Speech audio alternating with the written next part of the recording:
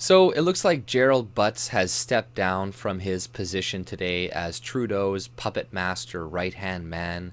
Now, this doesn't necessarily mean he's going to go away completely, that he's still not going to be talking to Trudeau behind the scenes and directing him and whatnot.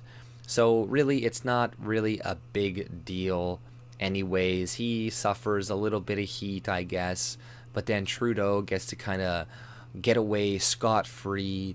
Then he can kind of blame it all on the Jody girl and this guy and whatnot. And then he can just be like, oh, sorry, play ignorant, which is what he is going to do. And the liberals and the fans of Trudeau are going to eat it up, and they're going to believe it.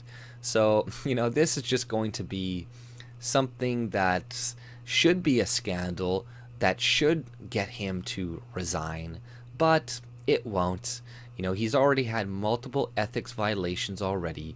Another one isn't going to do anything to stop him. But obviously, yeah, this is a big enough deal that some people had to resign to cover his own ass, essentially. But, realistically, the biggest problem for me isn't the fact that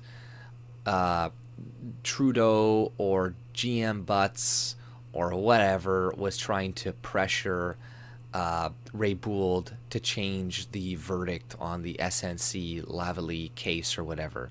The fact of the matter is that in 2008, Trudeau changed the law. He said in 2018, or is 2018, he amended the criminal code to allow deferred prosecution agreements that let prosecutors suspend criminal charges against Canadian companies found to have committed wrongdoings.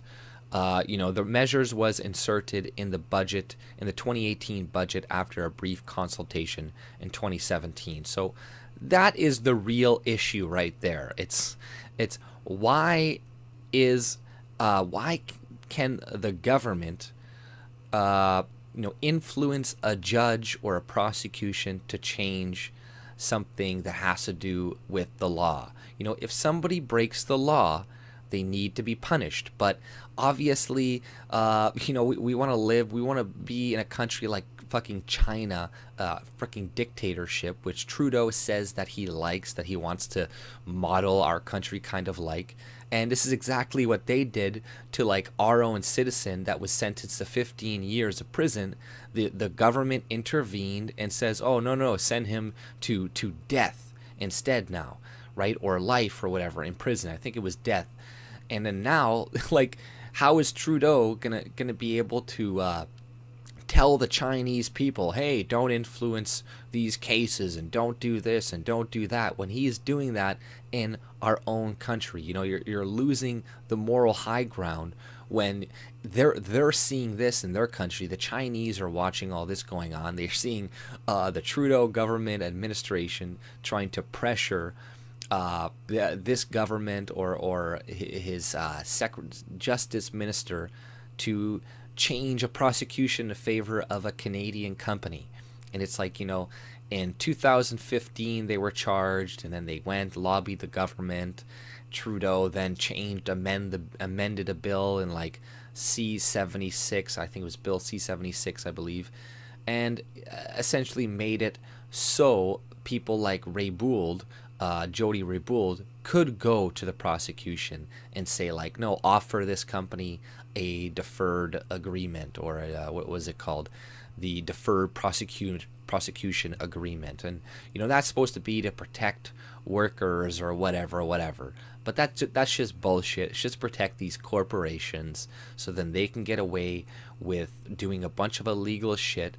But if you or me were caught doing the same things, we would not be given a free pass, right? If Trudeau doesn't like the company that did some illegal laundering or bought some politicians in Libya, then he's not going to pressure the justice minister to change the prosecution and whatnot. So it's, this is crony fucking capitalism, and this is the real issue.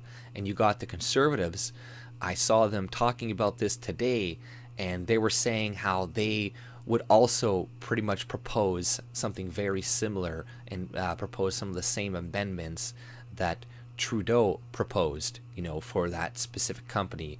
And I know a lot of people are going to look, well, it's a Canadian company. Oh, let them go. They're fine. Why are we punishing Canadians? Who cares if they're doing illegal shit? But, it does matter. If you have the government picking winners and losers within the economy, then this company that's also like a multinational company is going to be able to win and shove out all of their competitors, essentially. So it's not fair to the free market to do that. And it's not fair to Libya and the Libyan countries to have our Canadian companies influence their politics, and they're also multinational companies, so they don't have allegiance to Canadians. Just because they're situated in Canada does not mean that they have any allegiance to us whatsoever. These international companies, they don't give two shits about you.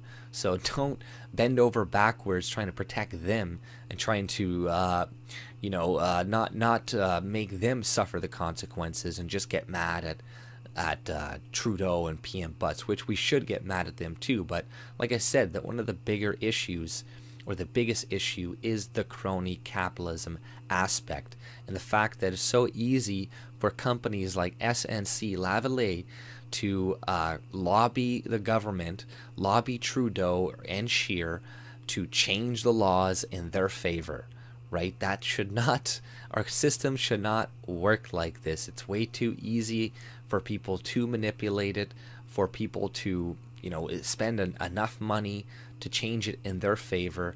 And then we have what? Like, we have all these companies doing this illegal shit overseas. And is that going to give us a good image as well? If these people are representing Canadians, is it going to look good on us that, all these Canadian companies went and fucked over Libya and fucked over this company in this country, but we're just like sanctioning it, pardoning them, all that crap? It makes absolutely no sense. But it's good that GM Butts is gone, but I don't think it's really going to make much of a difference. Trudeau should have already stepped down already by all the other things that he has done, so I don't see what more could happen at this point that could force him to step down. But that's all I pretty much had to say at this point. If you like my content, subscribe and have a good day. See ya.